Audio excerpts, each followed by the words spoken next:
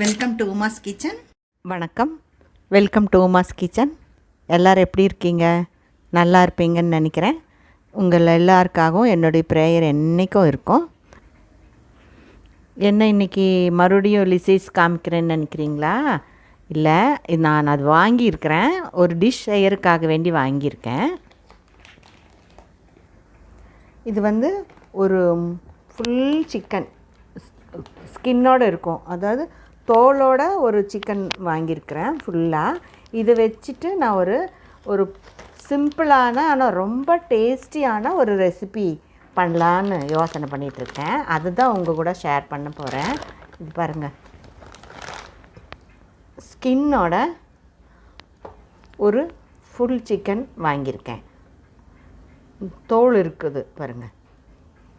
ஊர்லெலாம் நம்ம வாங்கும்போது தோல் கெட்டியாக இருக்கும், இது லேசாக இருக்குது. இது நாட்டுக்கோழி இல்லை, இது பிராய்லர் தான், ஆனால் தின்னாக இருக்குது பாருங்கள். இதை நான் வந்து பெரிய பெரிய பீஸாக வெட்ட போகிறேன். வெட்டிட்டு இது ரொம்ப சிம்பிள் டிஷ், ஆனால் ஒரு 3 மணி நேரம் வரைக்கும் ஊறணும். ரொம்ப நல்லாயிருக்கும். எண்ணெயே தேவையில்லை. எண்ணெய் இல்லாமல் இதை நான் வறுக்க போகிறேன். இது ஒரு ஸ்டார்டர் மாதிரி, நம்ம சும்மாவும் சாப்பிட்லாம், எதை ரசம் சாதம் சாப்பிட்லாம், எதில் வேணாலும் வச்சு.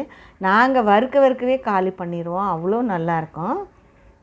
இது எவ்வளோ பெரிய பீஸ் போட போகிறேன் வாங்க பார்க்கலாம். இது வந்து நான் எனக்கு தெரிஞ்ச மாதிரி வெட்டியிருக்கேன். அதாவது ஒரு கோழி எடுத்தோம்னா அதில் வந்து குறைஞ்சது 5 இல்லைன்னா 7 பீஸ் தான் இருக்கணும், அவ்வளோ பெருசாக இருக்கணும். அப்போ தான் அது நல்லா சுண்டி வறுத்து வரும்போது கொஞ்சம் கம்மியாகும். ரொம்ப குட்டி குட்டி போட்டால் நல்லா இருக்காது.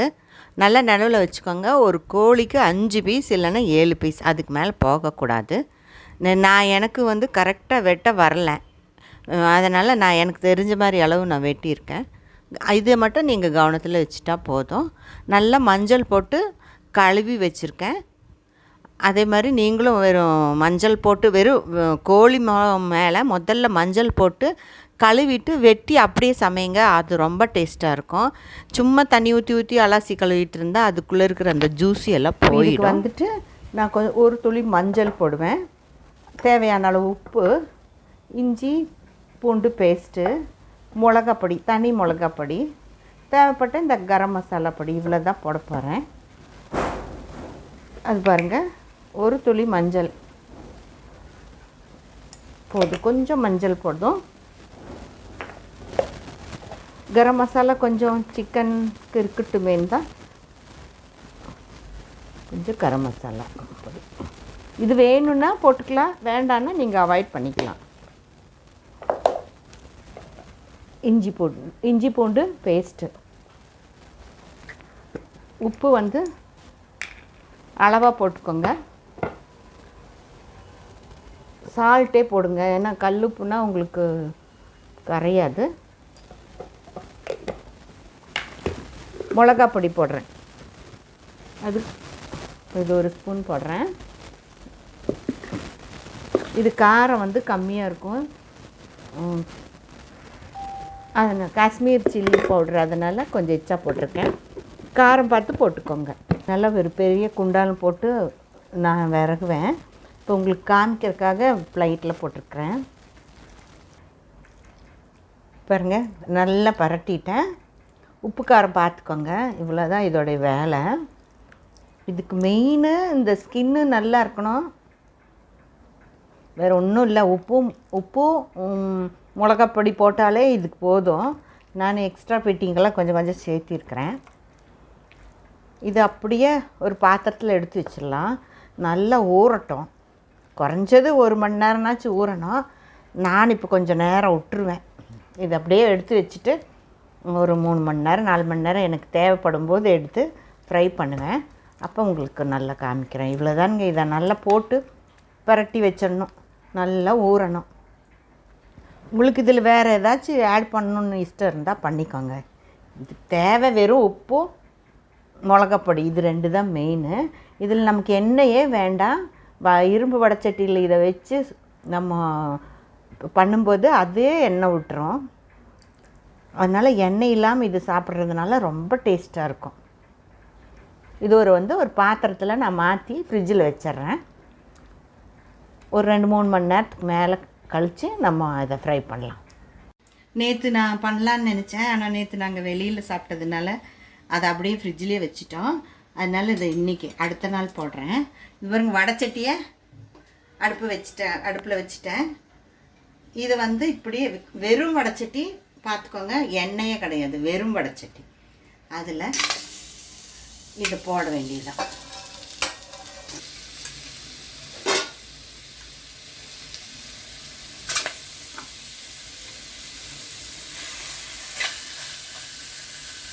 இது ஒன்றா பெரிய பெரிய பீஸாக இருக்குல்ல, இப்படி போட்டுக்க வேண்டியதான். இதுக்கு இரும்பு வடைச்சட்டி தான் வேணும். பாருங்கள் எவ்வளோ பெரிய பீஸ்.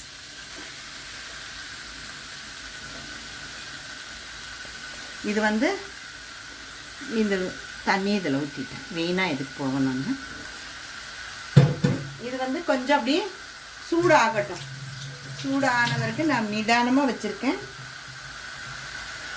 கொஞ்சம் மூடி வைக்கிறேன். இதுக்கு ஒரு 5 நிமிஷம் ஆயிடுச்சு, திறந்து பார்க்கலாம்.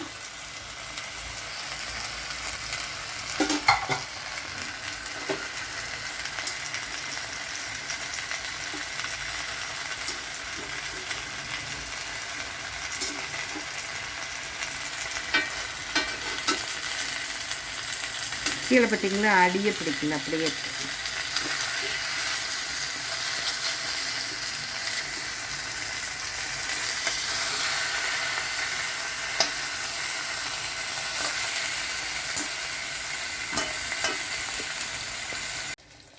இருக்கலாம்.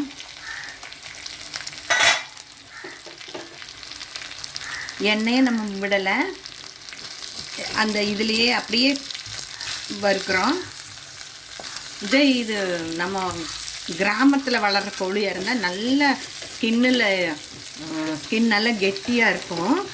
நிறைய எண்ணெய் இவ்வளோ தூரம் வந்திருக்கும் அதோட ஸ்கின்னிலிருந்து வர்றது. இது இங்குள்ளது, அதனால் இப்படி தான் இருக்கும். ஆனால் வருது பாருங்கள் எண்ணெய் எப்படி இருக்கு. அந்த ஸ்கின்னில் இருக்கிற எண்ணெய் தான் வர்றது. நாங்கள் ஊர்லலாம் வாங்கும்போது இவ்வளோ எண்ணெய் ஒரு கிண்ணம் நிறைய கிடைக்கும். இதுக்குள்ளேருந்து வறுத்த பிறகு அந்த எண்ணெயை நாங்கள் எடுத்து வச்சு தோசையில் ஊற்றி சாப்பிடுவோம். இன்னும் இது வேகட்டும்.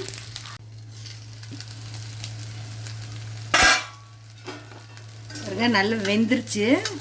நம்ம இந்த கோழியோட இந்த மேலுள்ள அந்த ஸ்கின் இருக்கு இல்லையா, தோல், அதுதான் நல்லா டேஸ்ட்டாக இருக்கும். நீங்கள் ஊர்லெலாம் வாங்கி இந்த மாதிரி செய்யுங்க, எண்ணெய் நல்லா அதில் வரும். இங்கே கொஞ்சம் தான் இருக்குது. அந்த ஸ்கின்னே நேற்று காமிச்சு பாருங்கள், அது லேசாக தான் இருக்கும். நாங்கள்லாம் ஒரு குட்டி வாட்டி நிறைய எண்ணெய் இருக்கும். அடுத்த நாள் நாங்கள் தோசைக்குள்ளே ஊற்றி அதை சுட்டு சாப்பிடுவோம். இங்கெல்லாம் இது கிடைக்கிறதே அதிசயமாக தான் இருந்துச்சு. இல்லைன்னா தோலோட சிக்கன் கிடைக்கிறதில்ல. சிக்கன் நல்லா வெந்துருச்சு பாருங்க, கலந்து வருது, நல்லா ரோஸ்ட் ஆயிடுச்சு.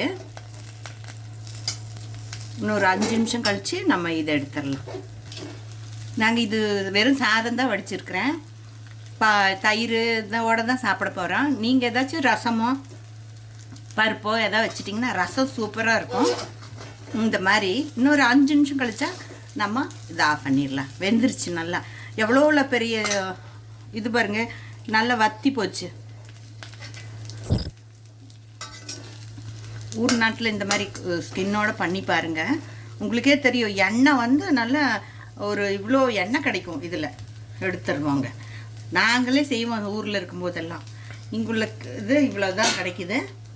கரெக்டாக போகுது. அதுக்கு ஒரு 5 நிமிஷம் கழித்து இதை எடுத்துடலாம். பாருங்கள், எல்லாம் ரெடி ஆயிடுச்சு. கரெக்டாக நான் அந்த வடச்சட்டிலேருந்து இதில் ஷிஃப்ட் பண்ணிட்டேன். இந்த சிக்கன் அப்படியே சுட சுட சாப்பிட்டா ரொம்ப டேஸ்ட்டாக இருக்கும். ஆறுனா நல்லா இருக்காது. அதனால் இது ஒரு ஸ்டார்டர் மாதிரி நாங்கள் வீட்டில் எப்போவுமே பண்ணுவோம். நீங்கள் இதே மாதிரி மெத்தடில் செஞ்சு பாருங்கள். மெயினாக இந்த ஸ்கின்னு, அதாவது தோல் சாப்பிட நல்லா மொறுமொறுன்னு ரொம்ப டேஸ்ட்டாக இருக்கும். பிள்ளைகளுக்கெல்லாம் ரொம்ப பிடிக்கும். இது நம்ம சப்பாத்தி, சாதம், சாம்பார் இது மாதிரி எதுக்கு வேணாலும் சைடாக வச்சுக்கலாம். ரொம்ப டேஸ்ட்டாக இருக்கும். இதை கண்டிப்பாக ஒரு தடவை நீங்கள் ட்ரை பண்ணி பாருங்கள். இது உங்களுக்கு ரொம்ப பிடிக்கும். பிடிச்சிருந்தால் லைக் பண்ணுங்கள், ஷேர் பண்ணுங்கள், சப்ஸ்கிரைப் பண்ணுங்கள். Okay, bye bye, take care.